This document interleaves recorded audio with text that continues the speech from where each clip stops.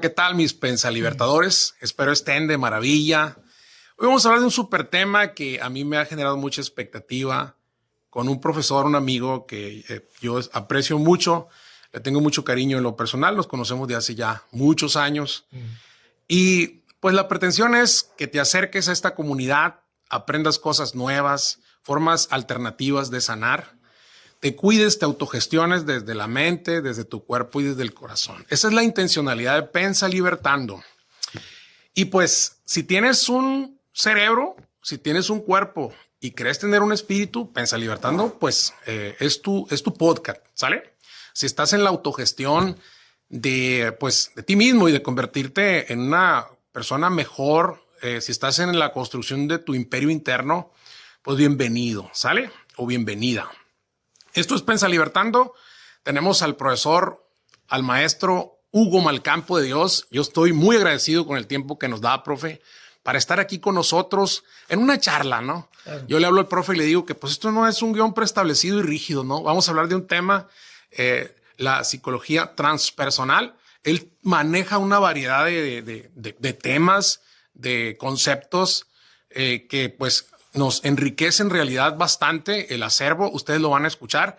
Hoy nos vamos a referir específicamente a lo que es la psicología transpersonal y el profe poco a poco nos irá guiando. Entonces voy a presentarlo muy rápido. Tuve que hacerle ahí recortes. No fui muy democrático porque el profe pues, tiene una larga trayectoria y tiene mucho currículum. Y sin tratar de cortar lo más importante, voy a decir lo que consideré yo más sustancial en su formación. Él es psicólogo en psicoterapia existencial, humanista y de liberación, con más de 40 años, ¿no? en esta actividad, en esta profesión. Él ha acompañado a personas en procesos de crecimiento personal y sanación emocional. Resueno mucho con el tema de la sanación emocional hoy en los tiempos en los que nos encontramos, ¿verdad? Estudió psicología y obtuvo titulación en la UNAM, la Universidad Nacional Autónoma de México. Realizó estudios en pedagogía y ciencias sociales en la ENSS.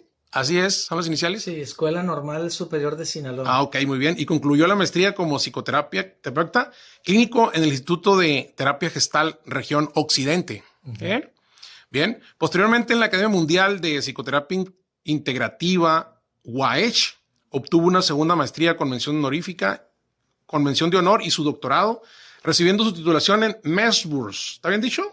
Alemania, desde el año 2000. Participa como expositor en congresos internacionales y es docente en programas de doctorado en México. Muy bien. Como conferencista ha llegado a compartir espacio con profesionales de países como Estados Unidos, Alemania, Brasil, República Dominicana, Argentina, Polonia y Nigeria. Es creador del método socioeducativo Campus de Autoconocimiento. Ya nos dirá un poco al tema. Pues el autor, para aprender en sus estudios, el profesor Hugo, pues ha viajado por diferentes partes del mundo. Él ha experimentado sus saberes en escenarios que yo llamaría muy espirituales, ¿no? O que buscan esa parte sutil en la vida. Todos estos saberes, pues él los ha plasmado en diferentes libros. Tiene una amplia bibliografía, muy interesante los temas.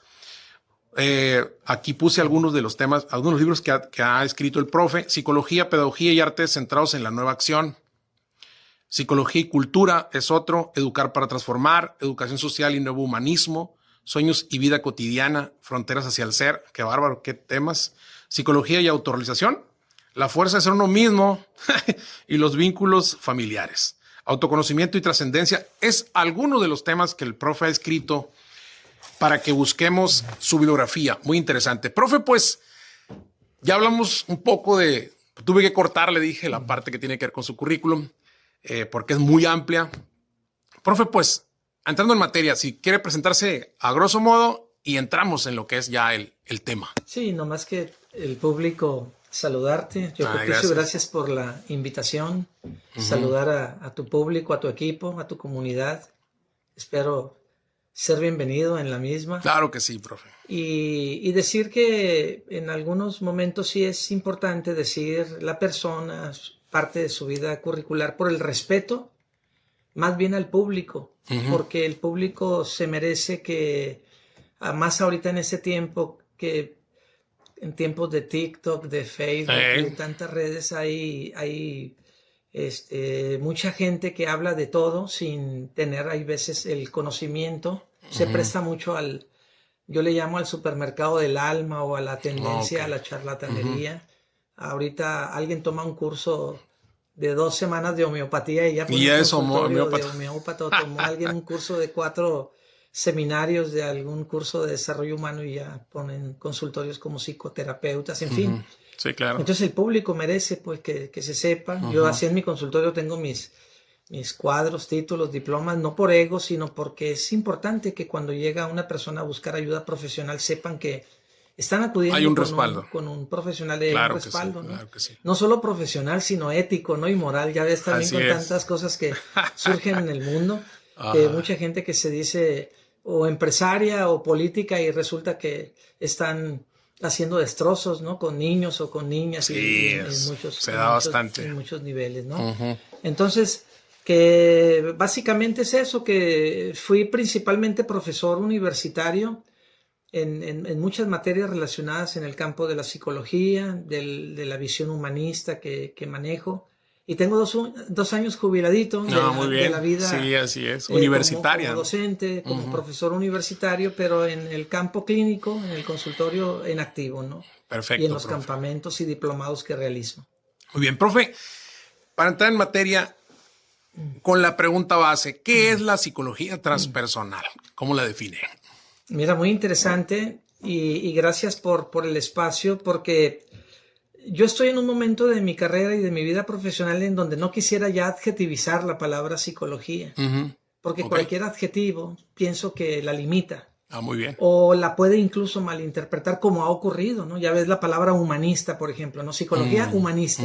Y luego la palabra humanista ahora la traen hasta los políticos en sus lenguas y para hacer destrozos, no tanto para beneficiar, ¿no? Es prestigiado mucho. Entonces, en una etapa de mi vida profesional, sobre todo cuando yo estaba cursando los últimos años de mi carrera profesional, en donde me titulé, como bien comentaste, en la UNAM, y los primeros años también, o todo lo que fue mi primera maestría en Guadalajara, Jalisco, se empezaba a dar un boom, porque había un dominio en el mundo occidental de lo que es la psicología conductista, que nace con Pavlov, Skinner, en fin, donde centran el estudio del comportamiento humano en perros y ratas. Así es. Y en conductismo. Condicionaban la conducta, ¿no? Lo transfieren a los humanos. Y los psicólogos conductistas lo que hacían era, pues, trabajar por medio de castigos y recompensas con la vida de los seres humanos, ¿no? Algunos decimos, bueno, el conductismo sí funciona para aquellas personas que viven muy mecánicamente su vida. Entonces no ocupan estudiar psicología, sino mecánica, ¿no? Y creo que la psicología conductista aplica muy bien en eso. Y luego otra corriente dominante era el psicoanálisis, que aun cuando pareciera más profundo, el psicoanálisis freudiano, aunque todavía a la fecha muchos descubrimientos son muy importantes, el inconsciente dinámico, la psicosexualidad, en fin, la energía libidinal, la metapsicología, que él donde asienta las bases, ¿no? Pero era una psicología también muy determinista, para no hacerla larga, que generalmente el psicoanálisis surgió para una élite, personas que podían durante muchos años estar en consulta, sentados en un diván, y luego en los congresos internacionales, pues la única aspiración que tenía el psicoanalista era hacer del neurótico disfuncional a un neurótico funcional. No ofrecía muchas alternativas. Hasta que en Estados Unidos empezó a organizarse un grupo de personas que buscaban alternativas más allá. Coincidió con el movimiento hippie, un movimiento contracultura en Estados Unidos. Y surgieron nombres de nivel, no los voy a mencionar a todos porque sería largo, pero un nombre relevante es Abraham Maslow, que sentó las bases, se le considera incluso como el padre de la psicología humanista, que trascendía los paradigmas conductistas y psicoanalistas para centrar una psicología que estuviera basada en lo humano, claro, en los seres humanos, claro, en las personas íntegras. En la gente, pues. Entonces él sentó las bases de una psicología centrada en las necesidades humanas para tener un marco de referencia, un eje. Y en base a las necesidades esenciales, él pues hizo, por decirlo así, una especie de clasificación de las necesidades esenciales que van desde las biológicas hasta las de trascendencia. pasado por las psíquicas, las emocionales, las de pertenencia social, cultural, hasta la vida de un ser humano autorrealizado, ¿no? Entonces él ha sentado las bases de una psicología humanista y a partir de ahí él mismo declara que esa psicología humanista daba las bases hacia una psicología transpersonal. ¿Qué significa en concreto la psicología transpersonal? Fíjate, es interesante para que también el público, la comunidad y las personas que tengan a bien prestar atención a estos contenidos que tú con toda tu humanidad realizas, Yocupicio. Decir el concepto transpersonal, etimológicamente dos palabras clave. Trans, que significa más allá. Y persona, aquí en Occidente es muy difícil que alguien capte esto, pero porque en Occidente generalmente, incluso la psicología, se basa, hasta dicen cursos de superación personal, desarrollo personal. Sin embargo, la palabra persona viene de los griegos y significa máscara. Exacto. O sea, todo lo que uno es como persona son los roles que a uno le asigna la sociedad para ejecutarlos, digas, en tu vida diaria, los desempeñas, los ejecutas, los realizas. Y generalmente esos roles que quedan haciendo tu persona, tu personalidad, no eres tú. O sea, el yo íntimo, el self, lo más interno. Entonces la psicología en Occidente llegó a un punto en que se dio cuenta que nosotros tenemos que aprender a observar más allá de la máscara, más allá de tu persona. O sea, uno tiene la capacidad de autorregularse observando. Por ejemplo, si yo puedo observar mi cuerpo, significa que hay algo más allá del cuerpo. Claro. Si puedo observar mis pensamientos, significa que no soy mis pensamientos. Incluso los pensamientos son construcción social. Los pensamientos son construcción cultural, el lenguaje. Es una programación, ¿no? Es una programación social.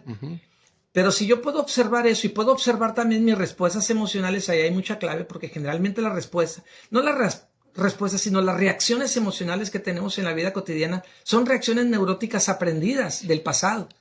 El condicionamiento que nos quedó en nuestros roles que nos asignaron desde la familia. Así es. Entonces, cuando uno de adulto sigue reaccionando emocionalmente como lo aprendió en la niñez, pues sigue siendo un neurótico potencial. Así es. Porque generalmente uno no lo decide, es una respuesta inmediata a un estímulo específico. Es estar atrapado en una memoria, profe. En una memoria psicológica, en un inconsciente dinámico, en tu niñez, en tu adolescencia, en donde ya no hubo más aprendizaje significativo, sino la joda que te pusieron de niño y por lo tanto el patrón neurótico que sigue actuando. Sí, claro. Tu yo íntimo queda eclipsado, tu voz propia queda eclipsada, tu ser queda eclipsado. ¿Y quién domina la máscara? Enterrado allá, ¿no? Queda la máscara.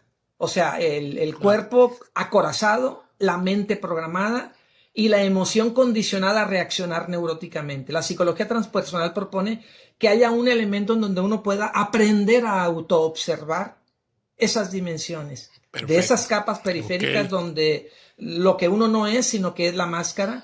Pero ese mecanismo de autoobservación resulta que descubren que en Oriente tienen milenios habiéndolo desarrollado. Allá le han llamado de muchas formas, muchos místicos, muchos maestros, el testigo, el observador, la capacidad de darse cuenta, la conciencia, pero que no tiene que ver con la conciencia que explotaron los moralistas aquí en Occidente. Porque aquí en Occidente alguien habla de conciencia y luego piensa que es la capacidad que tienes para darte cuenta de lo bueno y de lo malo. No, lo bueno y lo malo es una disociación. Estar pensando en lo bueno y lo malo es un juicio valorativo. Y eso tiende a esquizofrenizar al ser humano. Cuando no juzgamos de bueno y malo. La culpa ahí está. La culpa. El juicio va generando esa culpa y la culpa generadora de es un virus. Muchísimas enfermedades crónico-degenerativas. Entonces, así lo podemos ir dejando asentado desde el inicio. La psicología transpersonal empezó a aplicar y tuvo repercusiones en todos los campos de la vida profesional. Por ejemplo, no sé si ya puedo meterme en esta parte. Adelante, profesor. De decir, ¿quiénes y con qué seguridad podemos decir que había genios también en el campo de la psicología? No estoy descalificando Pavlov ni los que inventaron o crearon la psicología. Ni a Freud. Porque en su momento hicieron trascender ideas muy sincréticas de la realidad. Claro. Gente que quería explicar el comportamiento humano, pues también con con apariciones de demonios o de dioses, pues también era mejor decir, hay una explicación científica, mira, de laboratorio de la conducta humana. Estaban buscando ese momento epistemológico, disciplinario, donde fueron centrando a la psicología en el laboratorio, como en el cognoscitivismo empezó con Tishner en 1879 en Leipzig, Alemania. Fue el primer laboratorio de psicología que se asentó con bases científicas, aplicando el método de la introspección. Y luego el psicoanálisis, que también tenía una metodología, el método de la asociación libre, que surgió con Charcot. Luego Freud fue y lo aprendió. Freud fue medio ignorante en la aplicación de la hipnosis, y en esa ignorancia surgió su método de la asociación libre para crear las condiciones del psicoanálisis. Entonces aquí en Occidente yo mencioné Maslow, pero hubo otra serie de gentes que empezaron a investigar todo eso y sentaban las bases para generar un vínculo entre la psicología occidental y nutrirse con la psicología, que no le llamaban así, milenaria, de India, de China, de Mesopotamia, de Egipto, de muchos otros lugares, de por aquel lugar del mundo, ¿no? Donde ya tenían bases muy bien asentadas que mediante, yo ahora así le llamo, las técnicas de pausamiento. Pausar significa, si te llega un estímulo, no reacciones, a ver, pausa, respira, sácate la cerilla. No seas reactivo, pues. Báñate, al menos cuando pausas evitas la conducta impulsiva, lo cual significa evitas la reacción neurótica. Y en la pausa es donde hay que activar el observador. Esto es muy importante porque en Oriente también es cierto, y en Occidente muchos que meditan y quieren hacer yoga y muchas cosas, pero huyen de su problemática cotidiana social y quieren irse a la cima de una montaña a dalayarse o a homearse o a meditarse, pero fuera del mundo, y creen que esa paz que consiguen fuera del mundo pues es una paz auténtica, y algunos decimos que es fantasía, ficción, mentira, porque donde tienes que aprender a pausar es en el mercado, en la crisis, en la sociedad, en la crisis, en el conflicto. Y cuando en medio del tornado del conflicto aprendes a encontrar tu centro mediante la pausa y el observador, o sea, el que puede autoobservar, que decíamos ahorita, más allá de la máscara, evitas la conducta impulsiva, encuentras el observador, entonces ese observador te permite asumir redecisiones en tu vida. Entonces, esa pausa, ese observador, te permite ir más dentro de ti a encontrar tu yo íntimo.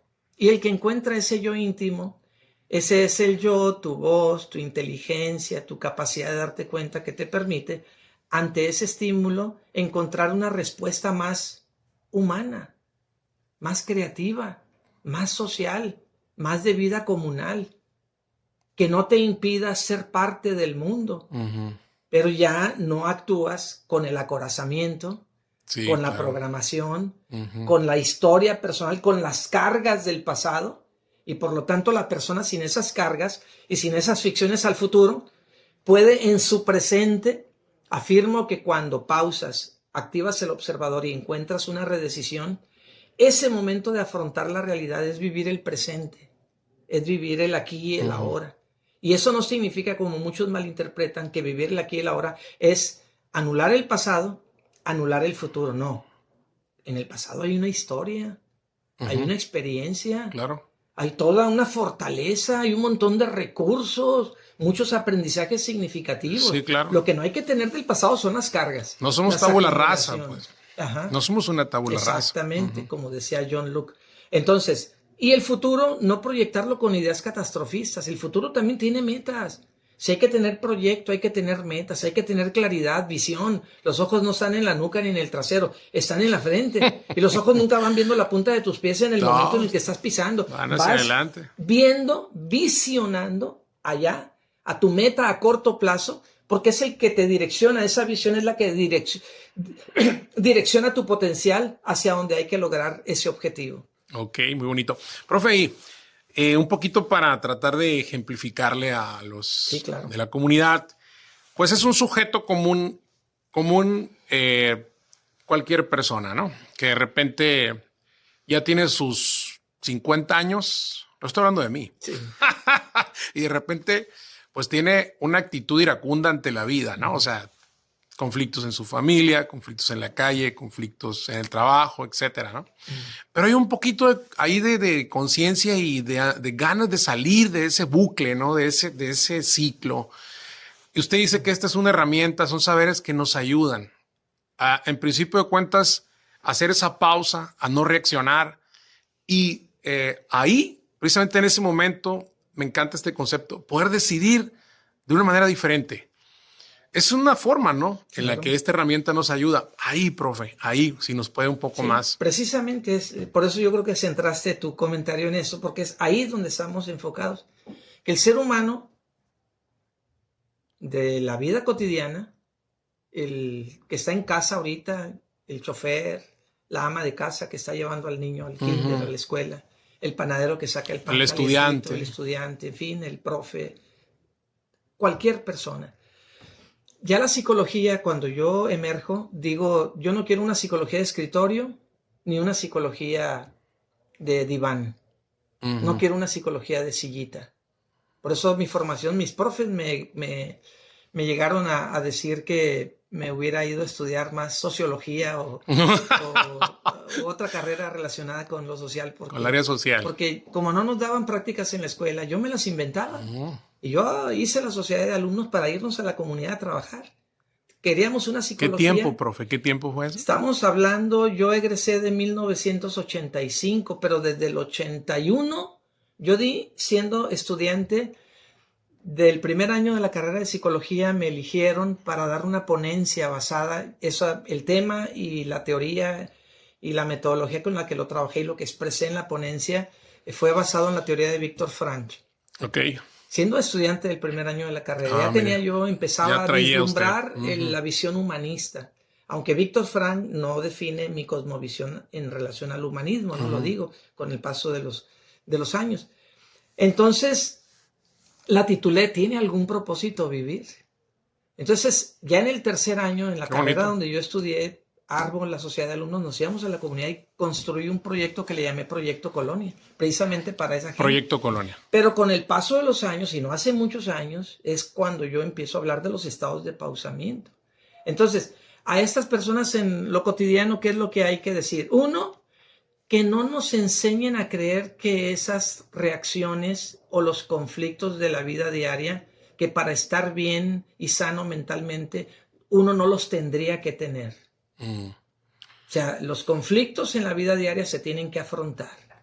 Que nadie nos meta la idea de que como somos perfectos o que Dios en uno, sí, claro. por lo tanto, uno se tiene que levantar en el día diciendo yo decido cómo quiero que me vaya y todo me va a ir bien blanco. Esa es la gente que más rápido se estrella.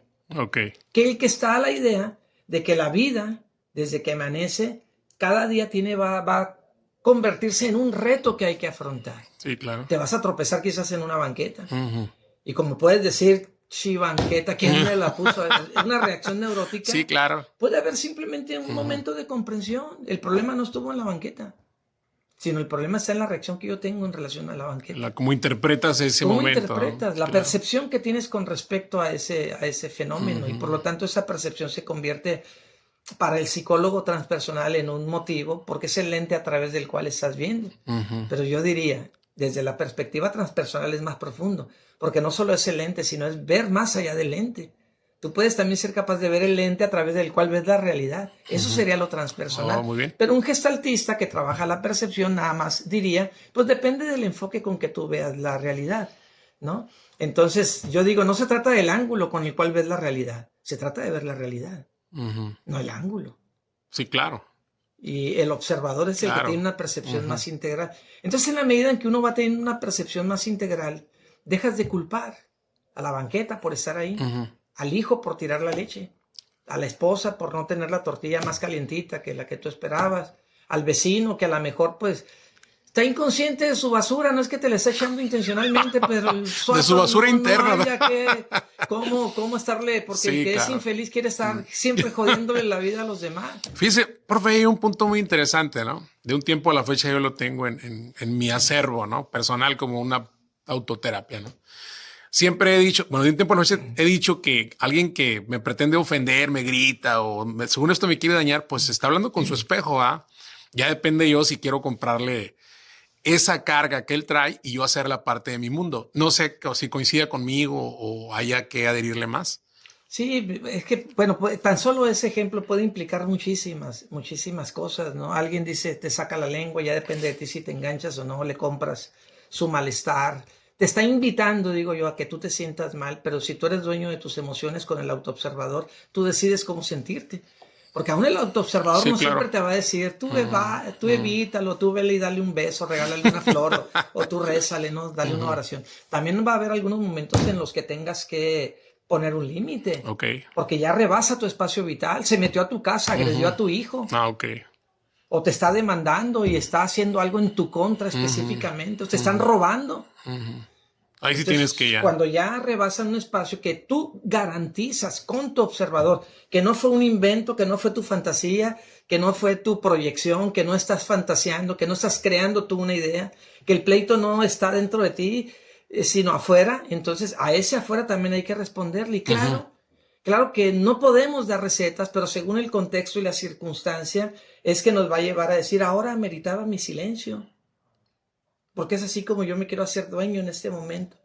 Es cierto, ya estaba pensando ahorcarlo, ya estaba pensando en mentarle la de allá, estaba ideando cómo hacerle yo ahora un daño. Pero el que se autoobserva dice, no lo voy a luchar con estos pensamientos, pero me voy a dar cuenta que sí existen aquí adentro. Y cuando los observas, cuando eres capaz de mirarte, observar tus propios pensamientos, tú los puedes direccionar. Y cuando observas los pensamientos, sabes entonces que esos pensamientos son, como escribía yo hace días en el Face, son de materia onírica. O sea, no existen. Es ficción. La mente de uno es loca, es atrapadora. Dijera Fritz Pierce, es una prostituta porque siempre está metiendo con la vida de los demás. Pero eso no significa, porque hay muchos que también navegan en esa idea, tú creas tu mundo, todo lo que te sucede eres tú, si te atropella un carro tú lo creaste, o si alguien viene y te te asalta, eran los demás, tú lo trajiste. Tú fuiste lo que alguien viene y te roba, tú lo creaste. No. Una cosa es, tú dijiste algo interesante, la percepción. Cuando eres capaz de darte cuenta lo que crea tu mente y tu mundo perceptual, es eso lo que los hindúes llamaban Maya, el mundo ilusorio. El mundo ilusorio no es este. Esto sí existe. Pero generalmente uno no es capaz de ver ni siquiera esto porque a uno le enseñan cómo nombrarlo con una palabra. Entonces lo que está en la mente es lo que no existe. Tu interpretación de la realidad es lo que no existe. Pero la realidad sí existe. O sea, esto existe. Tal cual. Existe, pero lo que tú proyectas. Krishnamurti decía, tú, por ejemplo, si tú ves un árbol y yo veo un árbol, dice, yo sí puedo ver el árbol, decía él. Porque yo voy a tener una percepción clara de la evidencia inmediata. Yo ya soy capaz de dejar mi percepción a un lado, mis pensamientos, y es mi observador pleno, neto. No es la lupa, no es el lente, no es el color con el que yo quiero ver la realidad. No es lo que me dijo mi papá que era un árbol o mi profe de arte o lo que alguien me enseñó a dibujar el árbol. En este momento que estoy frente al árbol voy a tener una percepción directa. Lo que Jesús llamaba estar en comunión con la realidad o en sincronía con la realidad. En cambio, cualquier otro ser humano, los que apenas estamos aprendiendo a cómo tener una experiencia clara de la realidad, una evidencia de la inmediatez, del aquí y del ahora, la realidad tal y como es, sin ninguna proyección, tenemos que aprender sin ninguna interpretación. Entonces, vuelvo a tu ejemplo, si alguien te sacó la lengua, claro que es fácil que alguien con una receta vieja o que alguien te recomendó, no le voy a responder, no me voy a enganchar, ahora yo quiero ser. El asunto es que ni esa receta ni lo que yo estoy haciendo, porque lo puedo hacer, porque alguien ya me lo recomendó, lo leí en un libro, alguien me vino a dar un curso, pero no es todavía mi experiencia. Mi experiencia sería como con el árbol, que entonces me dé cuenta si el que me está sacando la lengua, pues ni siquiera era conmigo. Así vive sacando la lengua. Yo lo estaba sí, claro. O acaba de llegar al dentista y trae ahí le chueca la boca, ¿no? Chueca la boca. O a lo mejor ya puede venir, le puedo preguntar, ¿me está sacando la lengua a mí? Y me puede decir, sí, te la estoy sacando a ti, porque me caes mal. Además, no quiero tener una relación contigo. Ahora sí ya estás teniendo contacto con algo, ya no es tu fantasía. Por eso el ser humano investiga, dialoga. la dialogicidad no significa que siempre vas a obtener una respuesta favorable. Puedes obtener una respuesta muy desfavorable. Claro. Ahora sí, con esto, ¿qué quiero hacer? Ya me está diciendo. Bueno, me lo dijo allá en el mercado, me lo dijo en la fiesta, me lo dijo en la reunión. No está implicando nada malo. Qué bueno que me aclaras que te caigo mal, hermano, amigo, o vecino, o extraño. Porque entonces ya eso hace que con claridad tú y yo ya no tengamos ningún tipo de trato. Bendiciones, namaste, tú tu vida, yo la mía. O a lo mejor, caray, el contexto donde me lo está diciendo. Me lo está diciendo cuando ya vino a destruirme mi planta en mi jardín, cuando me acható el carro, cuando está de la oreja con mi hijo jalándosela, cuando está vociferando cosas contra mi esposa. A ver, cambia el contexto. Sí, claro. A ver si vas a decir, no me engancho y no quiero nada. Yo soy dueño de mis emociones. Acabo de ver al Dalai que le acaba de dar un besito al niño de lengüita y yo estoy en sana paz. No. Es decir, en esto no tiene que haber receta alguna. En eso tiene que haber claridad con la realidad. Y el observador siempre estar en observancia del nubarrón, de las tormentas, de la lluvia, que siempre genera la mente humana. La mente humana siempre está en tormenta, siempre está en lluvia. Cuando alguien dice lograr la paz mental o la salud significa que logres paz mental, yo digo están equivocados. Porque la mente siempre está dinámica. Sí, siempre está. Siempre está con nubarrones. ¿Qué sería la autorregulación cuando activas el observador? Muy bien. Y le das dirección a esa mente. Y la mente, estás bajo control ya, ¿no? Por ejemplo, un ser humano, y nadie lo pudiera negar, ni creo que nadie de la comunidad ni de los que nos vayan a estar escuchando acá. Jesús es una máxima expresión de potencial creativo, humano, divinizado, etc. Aún él agarró un látigo. Exacto. Y corrió a los mercaderes del lugar. Dijo, este es un espacio vital. Aquí se viene a conocerse a uno mismo. Aquí es de divinidad. Y todas ustedes que ya usan estos lugares para mercadear y robar y corromper, fuera. Y los agarró a latigazos. Hasta sus mismos discípulos se espantaban. Sí. Pero era un hombre que actuaba, y ahí está todo eso escrito también, que actuaba en el momento presente. En algunos momentos hasta, levántate, Lázaro. Parecía que le obedecía a la energía, a la vida, a la existencia. Claro, mi perspectiva es que Lázaro no estaba muerto físicamente. Era un muerto metafórico en el sentido de depresión, de nihilismo, de estado catatónico. Hay gente que está deprimida y ya está. La gente, la comunidad del barrio lo quiso. No, ya Lázaro estaba echado allá, dado en el nihilismo. Profe, bueno, usted tiene mucha experiencia en terapias. Ha tratado con estos saberes a bastantes seres humanos.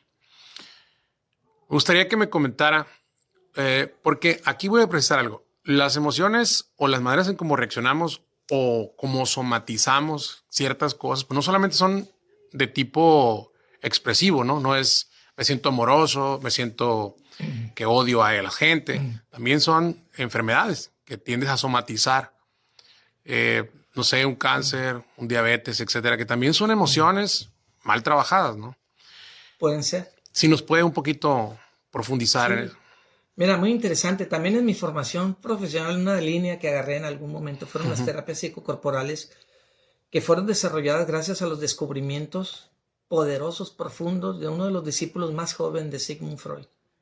Y él se llamó Wilhelm Reich, que murió en una cárcel estadounidense acusado de charlatán. Los buenos van al bote. Porque lograba con evidencia científica demostrar que podía curar el cáncer.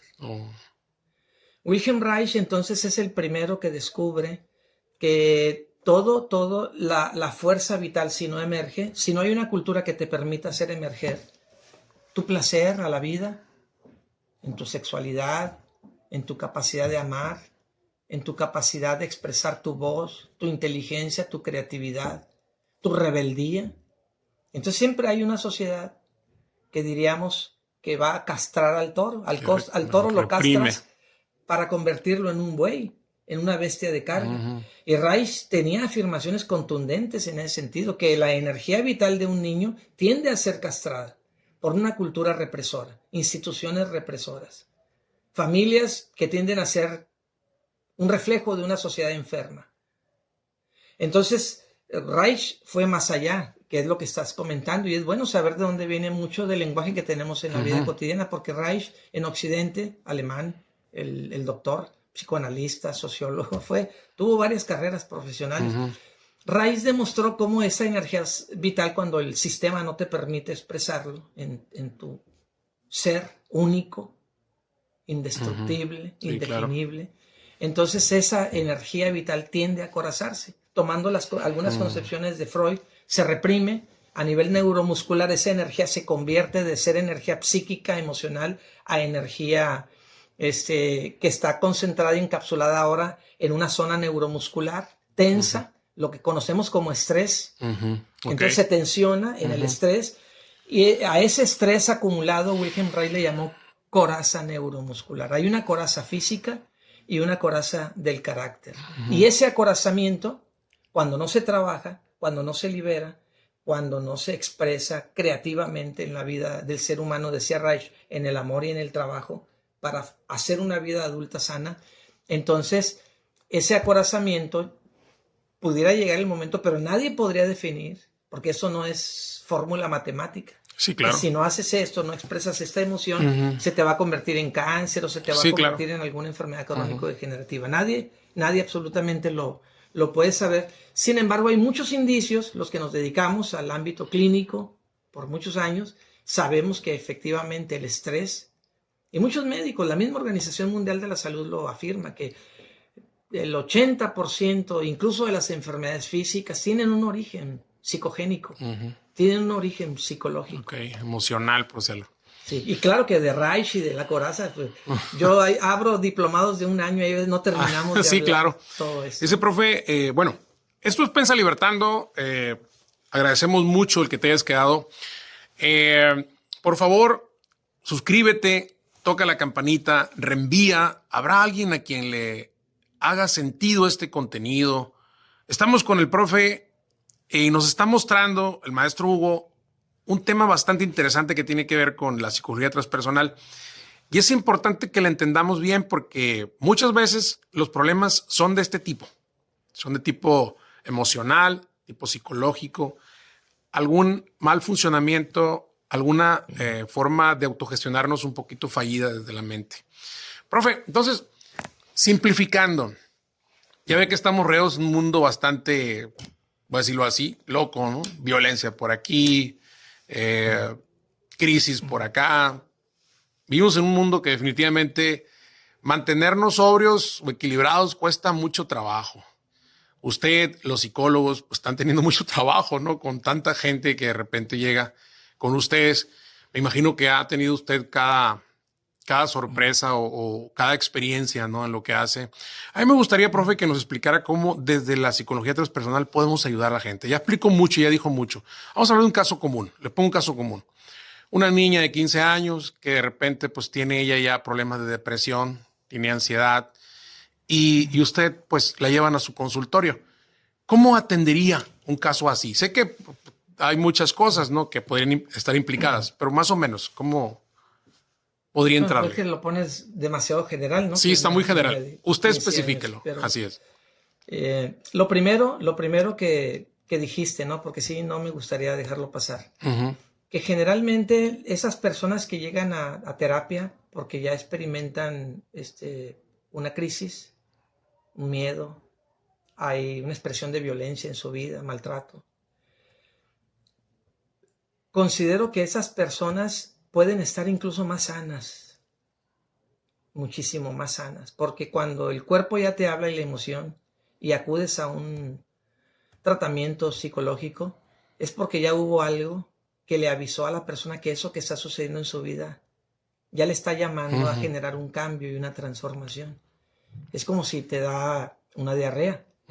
La mayoría de la gente piensa que está enfermo con la diarrea. Desde mi visión diría, ya la diarrea empezó a sanar tu cuerpo. Tú te estás dando cuenta, vas a ir al médico a que te la regule, a que ya no te avance o que no vaya a implicar, diríamos, algún otro problema. Pero el mismo cuerpo. Problema tendría el que a lo mejor en su cuerpo no hubo una expresión porque vive anestesiándose. vive tomando toda la medicina de la farmacia. Okay. O vive anestesiándose con pensamientos positivos, diciendo todo está bien, nada está mal. O vive metido en una técnica de yoga o de iglesia o de secta, en donde anestesian a la persona. La anestesian a no reconocer, no percibir que su cuerpo, su mente o sus emociones pueden tener una reacción. O que su estilo de vida, que está totalmente desorganizado, que incluso puede ser violencia, puede ser crimen, puede ser locura, puede ser perversión, puede ser muerte. Pueden estarse comiendo bebés, una bola de desgraciados, y estar pensando que son la raza del futuro. Estar pensando en su alucinación que son los que están bien. Y esos que verdaderamente están trastornados en un brote psicótico, sociópata, esquizofrénico, ni por aquí les va a dar nunca jamás asistir a una terapia. Okay. Al contrario, a lo mejor les va a dar por dirigir instituciones o países, ¿no? Se van a dar a la tarea de estar en esa dinámica. Sí, muy importante. Entonces ya cuando alguien acude a terapia, lo primero que hay que pensar, yo lo dije desde mi tercer libro que escribí. La técnica, cuando empecé yo a hablar de holismo fue en 1985 porque escuché al doctor Octavio Rivas. Nadie hablaba. En el país nadie hablaba de psicología holística. Fue de la primera psicología que yo hablé. Okay. Que por cierto los de la UNAM no me querían dar el título porque yo usé ese término nada más. Ellos querían conductistas, no querían holísticos. Y los mismos maestros de mi tesis me dijeron, ¿qué es eso? ¿Qué brujería es eso? Okay. Estudia, fue mi respuesta. ¿Qué asunto mágico es eso? Estudia, le digo, nada más para que te enteres. Porque yo en mi formación profesional me iba, pues, de vago profesional a aprender otras cosas, ¿no? ¿Cuál debe ser? Otras cosas. Yo, por ejemplo, los que estudian a Jacobo Grinberg y eso, pues no se vayan con la finta de Grinberg. Grinberg apuntó a Pachita. En Oriente dicen, si el dedo índice te señala a la luna, no te quedes colgado del dedo. No pierdas de vista la luna. Ok, muy bien. Entonces Grinberg señaló al México profundo, a Pachita. Perfecto, y muchos están colgados de Grinberg. Y se olvidan de Pachita y de su sanación. Están colgados en el dedo. Y de la tierra y de dónde aprendió Pachita todo eso. Yo, por ejemplo, tengo datos de dónde Pachita aprendió todo eso. Anduve yo con una persona, de esos que se llaman medios en los templos espiritualistas, y yo anduve como 2 años con un medium de esos por toda la sierra. Arriba de Pánuco, como 2-3 horas caminando arriba de Pánuco. Que luego comentaríamos esa experiencia. No, perfecto. Entonces, cuando alguien llega, una chavita, quien sea, una señora, una chava, un niño, un viejo, un joven, una persona que llega, lo primero que hay que hacer es no tener la enciclopedia ni ninguna fórmula preestablecida de ningún libro. Okay. Voy a aplicar. Hay psicólogos que llegan a consulta y me dicen, ¿qué técnica utilizas para saber cómo te voy a plantear el problema? Les digo, vete de mi consultorio. Okay. O vengo porque me manda mi tía. No, ya que vengas por ti, vienes. O alguien que me llegue con aliento alcoholizado. Ya que no vengas con ninguna sustancia, te vienes a consulta. Porque de otra manera no. Así de fuerte puede ser el inicio de una consulta, ¿no? Y luego, lo primero que hay que hacer, entonces, ¿qué tengo que hacer? Es, si no tengo ninguna... Es muy difícil. ¿Te acuerdas de la experiencia de lo inmediato? Sí. Entonces, el paciente para mí no va a ser cliente. Nunca. No va a ser una persona con la que yo voy a experimentar. Un ser humano al que hay que escuchar. Esa palabra es muy fácil de decir. Practicar. Por eso la dialogicidad. Si tú te fijas en los conflictos institucionales, hablan del diálogo. ¿Cuándo se logra el diálogo? ¿Cuándo se logra el diálogo? Hay familias, la gran mayoría, que el día de hoy no han sabido dialogar nunca. Nunca han dialogado. Porque en primer lugar la escucha, nadie no la enseña. Nadie no la enseña. Yo estudié hasta doctorados y nadie nunca jamás me dio un taller de cómo escuchar. Excelente. ¿Dónde se tiene que aprender? Ahí. Entonces lo primero que hay que hacer con cualquier ser humano es escucharlo. Escuchar. Número 2, el Hugo Malcampo nunca jamás, el doctor Hugo Malcampo jamás va a poner una etiqueta de una psicopatología, depresión, obsesión, hiperactividad, neurótico, adicto. Una ocasión me llega un paciente y me dice, oye, yo no sé si usted va a poder tratar conmigo porque me he dedicado a matar, soy un asesino, literal. Mira, qué fuerte. Así se sentó. Si yo no tuviera experiencia me asusto, lo corro. Sí, claro. Y sin embargo lo que yo dije es, pues, tú sabrás qué etiqueta tú te quieres poner desde tu percepción. Desde la mía yo estoy viendo a un ser humano. Y si tú estás aquí es por algo. Entonces yo voy a empezar a atender a un ser humano. no a un asesino. Si tú te quieres quedar, quédate. Si no, te puedes retirar, pero yo quiero atender a lo humano, a la persona que hay en ti. Sí, claro. Desde ahí se estantean, pero les cambio un paradigma de percepción. Traen sus máscaras por delante y usted le dice, excelente. O el niño que me lo llevan reprobado, esa niña que tú dices me la llevan reprobada y va regañada y va porque reprobó 3 materias y hasta la escuela le pone con rojo los 5 y con negro los 9 y los 8. Que te quede muy claro que eres burra, ¿no? Burra, sí, ¿no? Y yo escucho. Sí, qué bárbaro. Y yo escucho y cuando primero oyes, mira, todas estas materias pasaste, wow. O sea, qué inteligente eres. Y una vez que ya me platica del otro, vemos causas y hay veces son cosas tan intrascendentes que nadie le ha escuchado nunca jamás. Porque yo hasta platico con chavos y chavas y, oye, esto no se lo has platicado a tu mamá, de esto que te pasó con esta maestra o con este maestro, o cómo te miró así, o por qué finalmente te desmotivaste con este profesor a entregarle trabajos por su manera tan satírica de actuar, o por su manera tan despótica de tratar, o por el maltrato que usa hasta en su lenguaje con los estudiantes y los apodos que les pone. Doctor, ¿usted está tonto o qué? Me dicen. ¿Por qué? Le digo. ¿Quién puede platicar con una mamá o con un papá? No. Ahí está. No, sí, claro. Entonces, si yo escucho, yo creo en ellos. Claro que sí. Los escucho, creo en ellos. Y a partir de lo que escucho, les enseño. Hay veces nomás con decirle a esa chavita de 15 años o del niño, cierra tus ojitos, a ver. Y vamos a ir a tu futuro inmediato, que estás haciendo ya este examen. Y quiero que tú me digas cómo le puedes hacer. Ve al momento y dime qué calificación te quieres sacar. Ve al momento en el que estás haciendo el examen, cuánto te quieres sacar y cómo ese resultado se lo estás presentando a mamá o a papá. A ver, cierra tus ojitos. Cuando cierran sus ojitos, hay veces que para hacer una inducción hipnótica no tengo que hacer drama. Tengo doctorado en hipnosis clínica, maestría y doctorado. Sí. Y yo traje la hipnosis clínica a mi región, porque la que se practicaba era la del doctor Levet con 2, 3 médicos que había aquí en la localidad. Y yo traje la academia alemana con Werner Meinhold y el doctor Emanuel Ulucotún de Houston, Texas, que era el representante en todos estos lugares. Muchos profesores universitarios que lograron recategorizarse por ese doctorado y maestría que Lugo Malcampo trajo a la Universidad Autónoma de Sinaloa. Muy bien. Entonces, me explico, el paciente que va a estar ahí delante de mí, yo no voy a tener mis títulos, no voy a tener ningún tipo de psicología ni la transpersonal. Va a estar un humano en donde la otra persona, quiero que se sienta escuchada por un humano, porque generalmente, como decía Bodhidharma, cuando se quedó sentado 9 años mirando una pared, había aprendido de la energía del gran Sakyamuni, el Buda. Entonces, cuando él va allá a Japón, resulta que los discípulos y la gente le empezaba a decir, ¿por qué 9 años tienes mirando una pared? Pues donde sea que veo personas son paredes frívolas, dice, queda la misma, me cansé de estar caminando y hablando. Entonces ya mejor aquí haz de cuenta que es exactamente la misma representación, la máscara. Exactamente. Entonces dice, ya cuando venga un ser humano de verdad que quiera hablar conmigo, yo voy a voltear. Y ese discípulo que le estaba cuestionando eso, la metáfora dice, se cortó la mano y le dice, aquí está el ser humano que llegó de verdad. ¿Quieres o no voltear a verme a mí?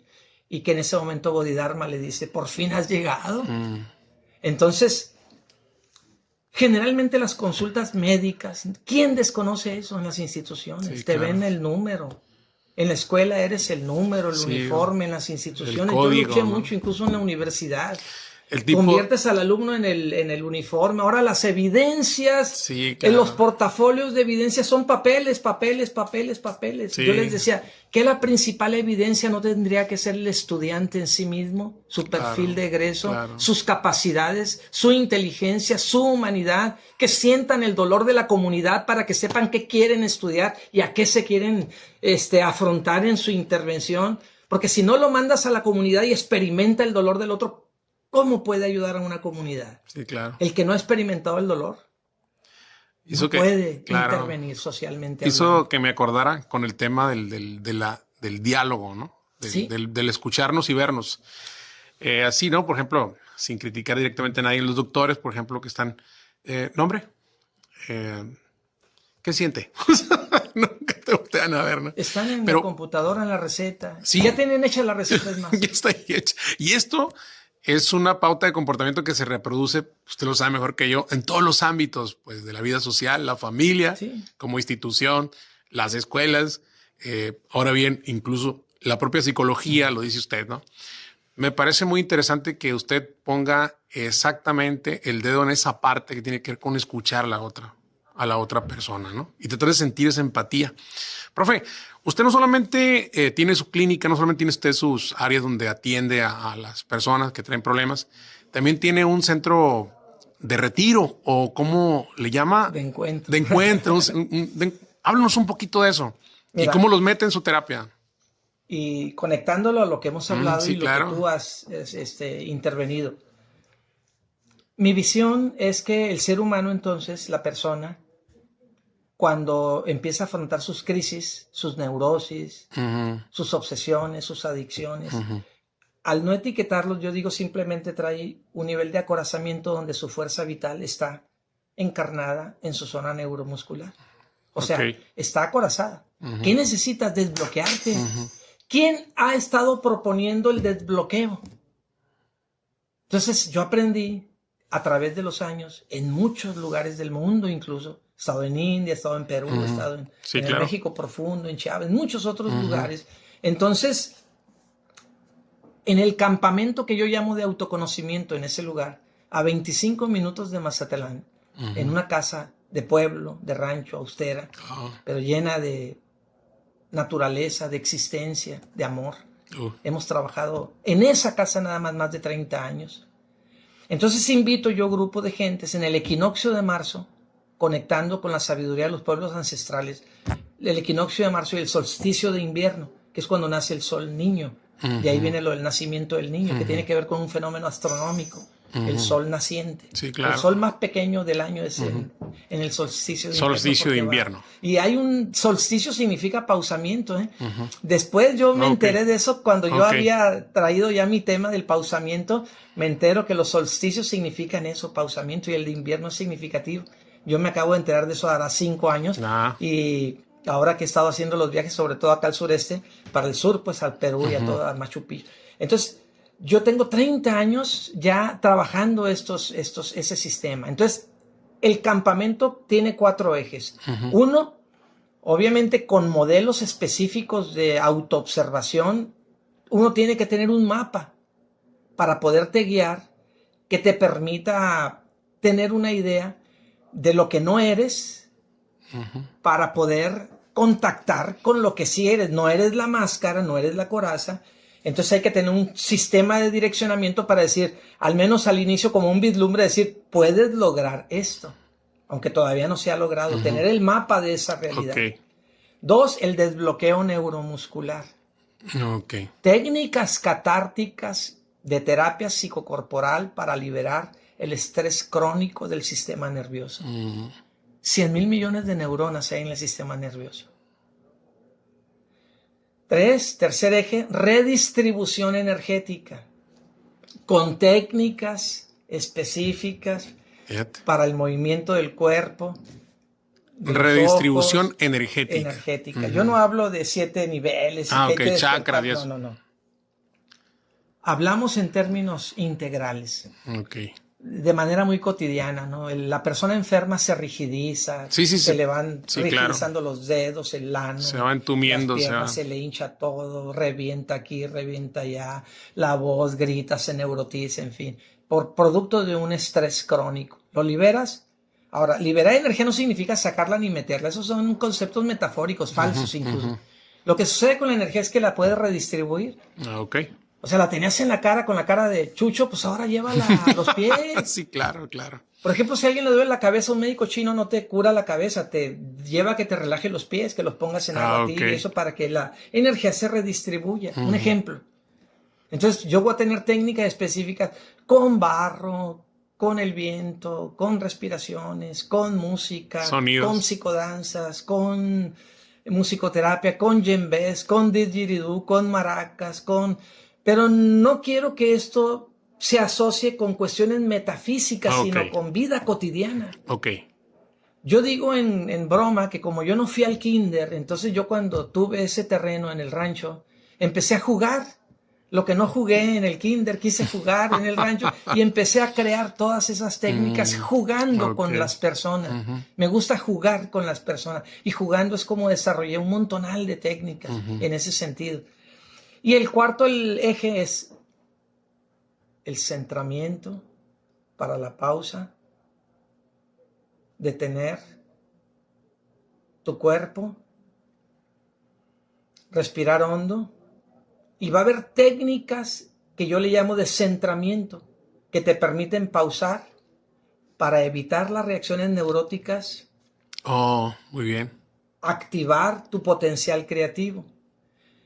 Mi base, lo escribí ayer en una pequeña nota en el Face, es que mi fundamento, si hay algo que yo pueda hablar de vida espiritual, porque no voy a asumir ninguna creencia, ninguna organización religiosa, pues asumo la religiosidad o la espiritualidad, más como la vivió Jesús, Krishna, Mahavira, Buda, Quetzalcóatl, en fin. Uno nuestro aquí, Sócrates. Sócrates. No Aristóteles, Sócrates. Sí, entonces, yo también ahí. Entonces es el pausamiento por todo lo que hemos hablado ahora, para activar la parte transpersonal de uno, el observador, el testigo, y que entonces uno pueda desactivar. Fíjate, rápido lo digo, Yocupicio, y gracias por el espacio. Usted, profe. Lo que no hablan antropólogos, lo que no hablan arqueólogos y no hablan muchos estudiosos de las ciencias sociales, y más bien mitifican mucho el asunto de las pirámides y de los pueblos ancestrales. Las pirámides, en el recorrido que yo he hecho por el México profundo, el Perú profundo, la India profunda y muchos otros lugares, es que cuando los pueblos originarios hablan de inframundo, por ejemplo en las pirámides, que muchos creyeron que eran pues entonces cementerios, no. ¿Qué es lo que hace el jardinero cuando siembra la semilla? ¿Dónde la siembra? Pues bajo la tierra. Claro. Para la semilla sería el inframundo, no tiene que ver con infiernos. Tiene que ver con un lugar donde tienes que ir a morir. La semilla tiene que morir para que emerja su potencial creativo. Y que germine. ¿Qué suelta la coraza? Diríamos sus tensiones neuromusculares las tiene que dejar abajo en el inframundo. Para que cuando empiecen a nacer tus capacidades, en las culturas profundas hablan inframundo, mundo y supramundo. Entonces las pirámides eran construcciones para ir a vivificar todo esto.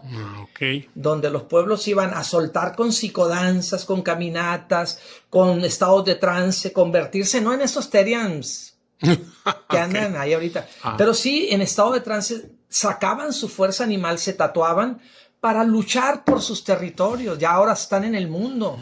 El mundo es la lucha, el coraje, la vivacidad, la rebeldía, la inteligencia, la toma de decisiones. ¿Y qué sería el supramundo? Que también tiene que llegar un momento, dijera Friedrich Nietzsche, después del camello, en los niveles de conciencia viene el león, también sería el inframundo. El camello es el que se arrastra más sobre la tierra. El león es el que ya empieza a detenerse y sabe sacar su fuerza interior en el rugir, es más solitario también. Sí, claro. Y decía Nietzsche, para luego alcanzar la conciencia del niñar, del niño. Entonces, el supramundo sería la creatividad del niño, cuando alguien ya no tiene que estar luchando todo el tiempo en la vida, ni en el inframundo soltando todo, sino llega el momento en el que germinas. Y en esa germinación, habiendo logrado ya hacer en el mundo lo que hiciste, ahora te dedicas ya no solamente a andar por la papa, en la joda todo el día y en el estrés y en el conflicto cotidiano. Ahora puedes pausar, que es cuando entra la edad donde la existencia nos pinta con las nieves de la existencia en la cima de nuestra montaña. Entonces, uno se puede pausar para decir ahora lo creativo, y creatividad no significa como en un artista pintar un cuadro, una poesía, hacer una poesía o tocar un instrumento musical, que podría ser eso. Hay veces hasta sacudir tu mueble de tu casa, tu mecedora, pero con un toque creativo. Sí, claro. O podría ser barrer tu banqueta con un toque más creativo. A lo mejor a esa macetita que agarraste de cenicero toda la vida, ahora dices a la jodida, este chingado humo que me envenenó toda la vida, y ahora quiero un rosal ahí. Un rosal, claro. O ahora me quiero peinar de otra forma, o ahora quiero vestirme de esta manera. O sea, construyes eso que está emergiendo en ti y ya no, ni siquiera te vistes de acuerdo al cómo el sistema quiere verte. No complaces a nadie. La creatividad es una fuerza que tiene que involucrar originalidad y estética en la vida de los seres humanos. Oh, muy bonito. Entonces, en la construcción de esas pirámides, no he encontrado a alguien que hable de estas cosas. Okay. Muy raras personas, muy raras. Pero la percepción que yo he tenido cuando, como yo digo, cuando voy a esos lugares, voy a hacer investigación con el inconsciente colectivo de los pueblos, como lo encontré en Krill, en la zona Rarámuri, en la cascada de Kusárare, en el lago de Arareco, en Recoguata, en muchos lugares. Krill, allá, pues Chihuahua. mal llamado Krill para mí, mal llamado Krill. Pero la zona Rarámuri es una zona muy potencial donde en el pasado también diríamos, los médicos antropológicos, como yo les llamo también para no llamarles chamanes, los médicos antropológicos podían hacer maravillas en sus curaciones. Y mucho y vaya que sí. Cuando desbloquean y le ayudan a las personas a nacer. Ellos lo decían metafóricamente, nacer como águilas. Por ejemplo, cuando en una pictografía encuentran que alguien están, por ejemplo, con el juego del ulama, de la pelota. Sí. Y que decían, era un juego en donde el que perdía tenía que morir. No, lo que pasa es que cuando pintaban a alguien como muerto o como decapitado, es que estaban eliminando el ego, dijeran en Oriente. Y cuando muere el ego, ¿qué nace? El corazón. Por eso era la expresión de un corazón viviente. Y luego tenía que nacer pues el águila o el halcón, que es cuando ya tienes la capacidad en donde ya el testigo o tu capacidad de observar está más pleno en ti. Ya no está el neurótico, diría. Está ahí, ¿no? Pero lo puedes tener. Ya tienes conciencia de que está ahí, tienes claro. conciencia Claro de él. que sí. Es como Claro tener tu ropa en el closet y dices, pues sé que está ahí. Y esta chingada camisetilla chiruda, pues claro que también me la voy a poner en algún momento porque es cuando voy en la talacha o pintando aquí en mi casa. Claro, no la descartas, no la juzgas, no dices que está mal. Oh, entonces aún el neurótico que vive en uno, por eso te decía hace rato, que aún los que tienen reacciones de algún tipo, no es que la conducta en sí mismo haya estado mal, porque muchos así lo interpretan. Qué mal estuve que me enojé. No, que te enojaste no estuvo mal. ¿Cómo te enojaste? Porque el aprendizaje de la emoción, de cómo debes de reaccionar, es de otros. Yo les digo, ahora hay que aprender a escribir su propio guión. Enojarse es malo, es bueno ni malo. Es una energía. Coraje significa lucha.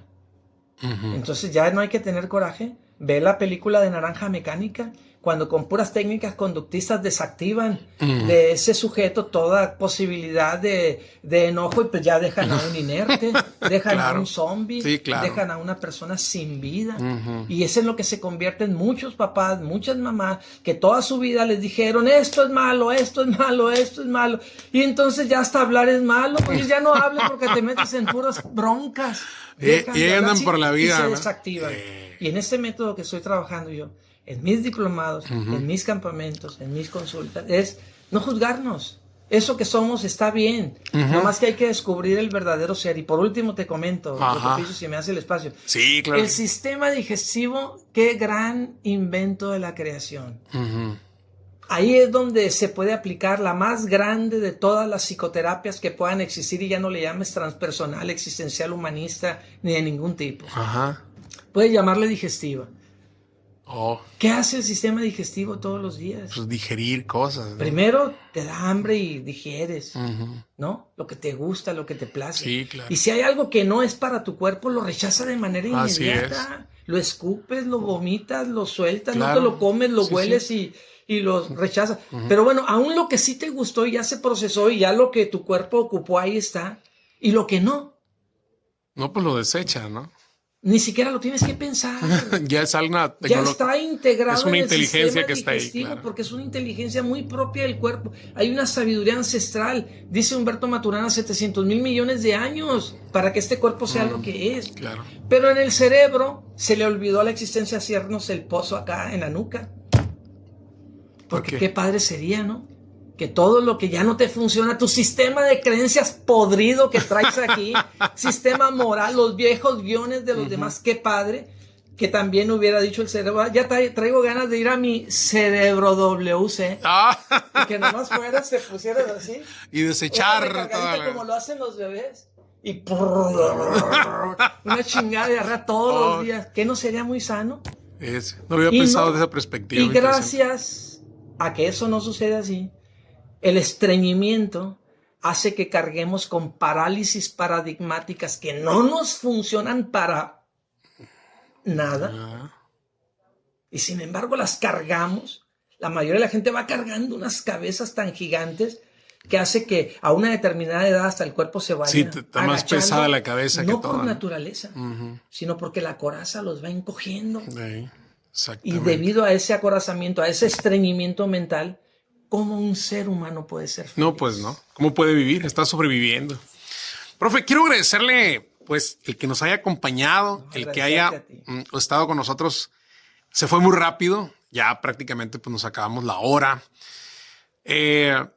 Profe, ¿dónde lo podemos localizar? Denos sus datos, su número telefónico, su ubicación, para que la gente que quiera saber más de este tema o quiera buscarlo por algún asunto en particular, pues ya lo haga. Si quieren uno de mis libros, tengo 9. No, sí, también hablamos del libro. Cuando hay 3 que están todavía en activo, otros ya están agotados. En el consultorio está aquí en el centro, está bien ubicadito, calle Doctor Carvajal, esquina Carvajal con Galeana. Una casita después de la esquina. Muy bien. Carvajal 1028. Muy bien. Una cuadra antes de la Avenida Alemán. Y para entonces, que noten. Repito, Carvajal y Galeana. Galeana. El teléfono ahí es 6699-814015. Como es teléfono de oficina, mi asistente está de 4 a 8. Muy bien. Entonces las llamadas son de 4 a 8. En el Facebook, si quieren leer un poco más de las cosas que me gusta compartir, semillitas, en el Facebook son pequeñas notas, pero me gusta compartir. Para eso he transitado por el Face, compartir algunas semillas que me gusta dar. Es con mi nombre completo, Hugo Malcampo de Dios. Con mi nombre completo, pues no, yo creo que nomás ponen el nombre y ya. Incluso ya les aparece la página, la que te envié.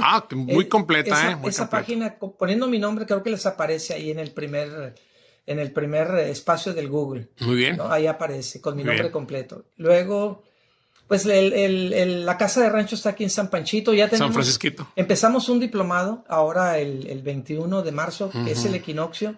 Empezamos el diplomado con el campamento de autoconocimiento que hago en San Panchito.